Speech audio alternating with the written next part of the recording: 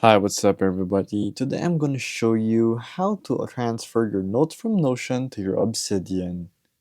To do this, it's pretty simple.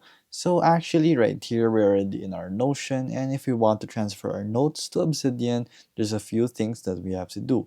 So the first thing will be having to export your own actual Notion notes, and then just press export, and it's going to download right here. It's going to be a zip file. Unzip that file, and then we'll head on to our Obsidian. Here in Obsidian, all you have to do is open folder as a vault right here, and open and then locate that certain folder, as you can see, and there you go.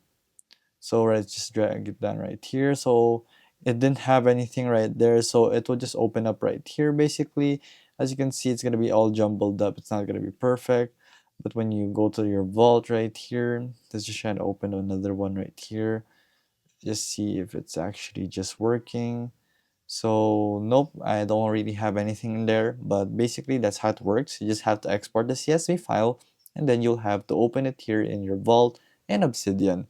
And some formats are not going to be supported, of course, because they are cross-platform. They're not going to support each other, but basically that's how it works. So there you go, guys. If this video was helpful, please hit the like button, and of course, don't forget to subscribe.